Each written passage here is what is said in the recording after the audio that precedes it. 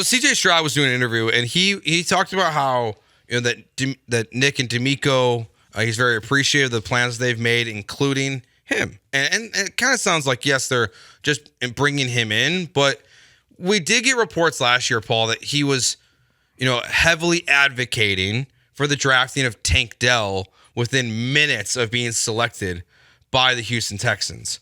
Do you think that the Texans are talking to CJ Stroud throughout the offseason about what they're doing and who they're bringing in and who they should bring in? I'm going to read the quote that CJ gave at this charity event with my guy Sean Pendergast at it.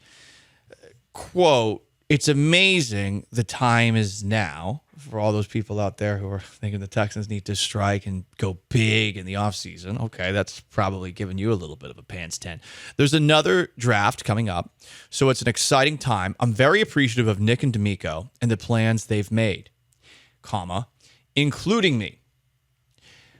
So that can be interpreted a lot of different ways. It can be. Is the plans they've made, including me, meaning drafting him second overall last year, or is that including him in the actual process? And I might be reading too much into 2 words, Joe, here, but this is something I wonder about going forward. I don't agree with the idea of allowing your players to have input. I say that because as someone who covered Russell Wilson in Seattle, Russell Wilson just wanted everything that moved. Mm-hmm. Russell Wilson was essentially like, a 18-year-old who's finally gone to a frat party for the first time, and you're seeing everybody out there. You're like, oh my God, I just want all of this. I want all of this. Doesn't matter if it's the drinks, doesn't matter if it's the women or people, whatever, whoever you like, or if it were the druggerooskies. Like, this person just wants everything. And that's where Russell Wilson felt like. He was like, oh, we should sign this guy on the offensive line. He costs $30 million a year. Whatever. Sign this wide receiver. You have DK Metcalf a dollar. Like, whatever. It got annoying. Yeah. And I think that sometimes these guys who are offering input on what teams should do don't really look at it from the perspective of what's best for the franchise and what's realistic for the franchise. I think they just say, well, we should do this. Okay, well, give me the plan. Don't be a politician who's saying we should do this. Everyone can say all the buzzwords, but that doesn't mean that you can actually pull it off realistically. Yeah, there has to be a balance, right? This is what led to the fracturing of the relationship between the McNair family and Deshaun Watson, is that they were going to include him in the conversation about who the next general manager was going to be. Which is insane. They told him it was going to be Omar Khan. Deshaun Watson's in Cabo. Meanwhile, Jack Easterby is on a plane to Carolina, stealing Nick Caserio from the Panthers. CJ Stroud should be involved. To the extent of picking his teammates, he should not be. He should be involved in all conversations. He should be aware of, hey, we're trying to negotiate with Dalton Schultz. If this doesn't go well, he might not be here. And then it could go to who's the next guy. And you can include him in the conversations, but it's never straight up his call. Let's say we get to the 42nd pick in the draft, and Keon Coleman from Florida State and one of the Texas wide receivers is on the board. And Nick Caserio and D'Amico Ryans, like both guys, the room is split 50-50. They're graded the exact same. That's when you call CJ Stroud and say, hey, which one do you like more?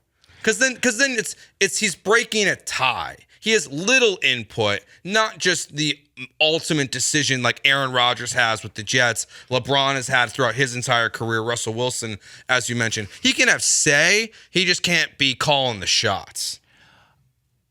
Interesting. I don't entirely disagree, but I'm also wondering how much is CJ Stroud watching these guys? And I do think that we have seen, because of the way that the Texans draft played out, a myth has taken root among Texans fans that CJ Stroud is the reason that the Texans drafted Tank Dell.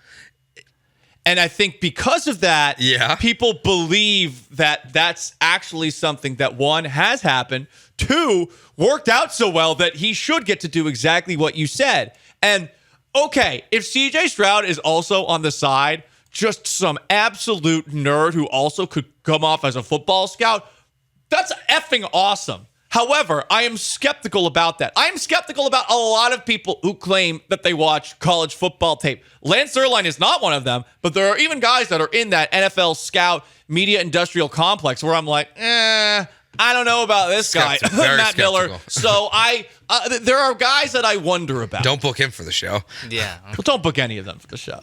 Don't book anyone for the show unless they're amazing. That's fair. Go ahead, Sean. Oh, I was going to say, I think most of the Tank Dell stuff was like they went through the draft process together, and so they worked out a lot. They would throw to not throw to each other. He would throw to Tank Dell a lot, and I think that's where a lot of the relationship building, that even if there was some sort of like, hey, Nick Caserio, I know I got drafted literally yesterday, but there's this guy. He's about yay high from U of H. You should draft him. Not sure if you've seen him play football before. Yeah, but if that ever happened, it would coming straight from. Yeah, because I threw to him all spring. Like, we worked out. Like, it's not even a scouting thing. It's just, hey, I like this guy, and he's available to draft. Yeah, it's more about if he knows these guys, then he has a say. And I think that could be valuable of being like, hey, what do you know about this second round wide receiver? It's like, didn't hear great things. Or insert any player on Ohio State. Yeah, the tight Cade Stover. Yeah, Cade Stover, the tight end from Ohio State, who's going to be probably like a third or fourth round pick this year. If the Texans want to add another tight end, then CJ Stroud could say, hey, yeah, this would be a great fit for the Texans this year. Nah, he's a bum. I don't think Stroud would ever say that. He's an Ohioan stiff. He is an Ohio. Hey, he's a white tight end. You can't say that about the great state of Ohio, featuring cities like Cleveland and Cincinnati. I heard Columbus is all right. Yeah. All right, Akron. That's our naming. Eddie, you got anything else? Youngstown. Okay. Dayton. Okay. Yeah, there's towns in Ohio. All right, that's Ohio.